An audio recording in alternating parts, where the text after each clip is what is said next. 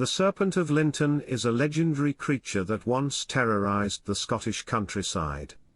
According to local legend, the serpent had its den in a hollow piece of ground on the side of a hill southeast from Linton Church, where it used to shelter and rest itself. But when it sought after prey, it would wander a mile or two from its residence and make prey of all sorts of bestial that came in its way. Its reign of terror was so great that people were forced to move their livestock several miles away, leaving the country desolate.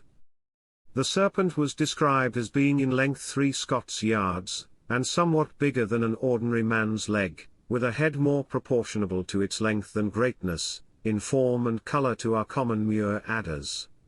Several attempts were made to destroy the creature, but none were successful until a young man named Sir John Somerville took up the challenge. Sir John Somerville was a brave and resourceful young man who was determined to rid the countryside of the serpent.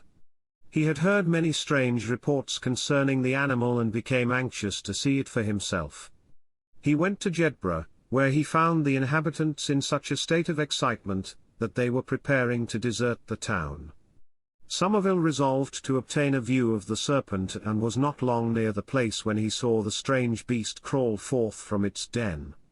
It lifted up its head with half of the body and stared him in the face with an open mouth, but never offered to advance or come to him. Somerville took courage and drew much nearer so that he might perfectly see all its shapes, and try whether it would dare to assault him. But the beast turned almost in a half-circle and returned to the den, never offering him the least prejudice, whereby he concluded that the creature was not so dangerous as the report stated, and that means might be adopted for its destruction. Somerville knew that the only way to kill the serpent was by a sudden attack with a long spear on horseback. Having watched its movements for several days, he found that it could not run backward but required to turn itself in a half-circle, and that it always stared at him with its mouth open.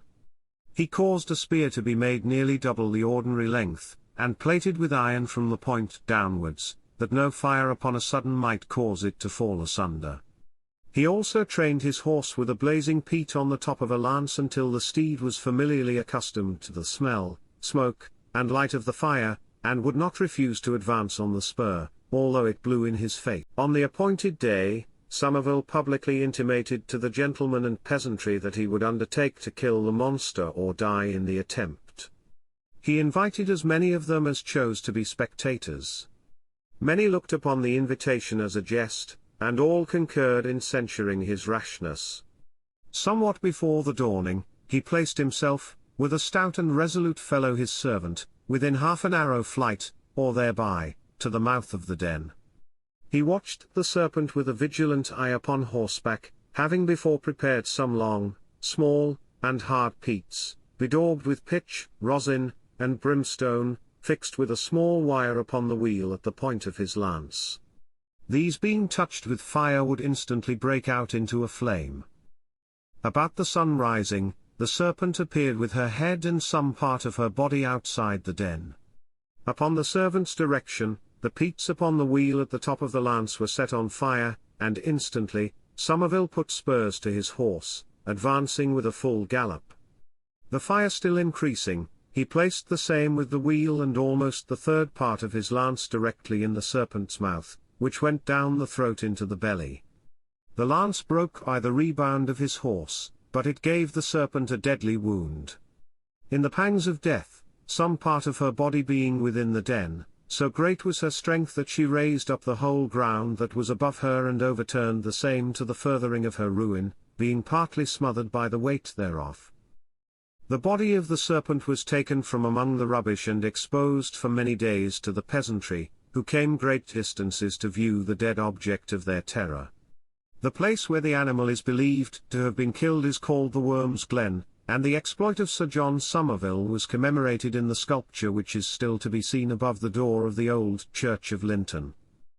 For this service, Sir John Somerville was rewarded with the lands and barony of Linton, which continued long in the possession of his descendants, the Lords Somerville. The story of the Serpent of Linton is a fascinating example of Scottish folklore and has been passed down through the generations. It is a tale of courage, resourcefulness, and determination in the face of a terrifying foe, and it has become a part of the rich cultural heritage of Scotland. Today, the Serpent of Linton remains a popular legend, and the sculpture commemorating the brave deed can still be seen above the door of the old church in Linton. It is a reminder of a time when legends and myths held sway over the Scottish countryside and of the people who faced their fears with courage and ingenuity.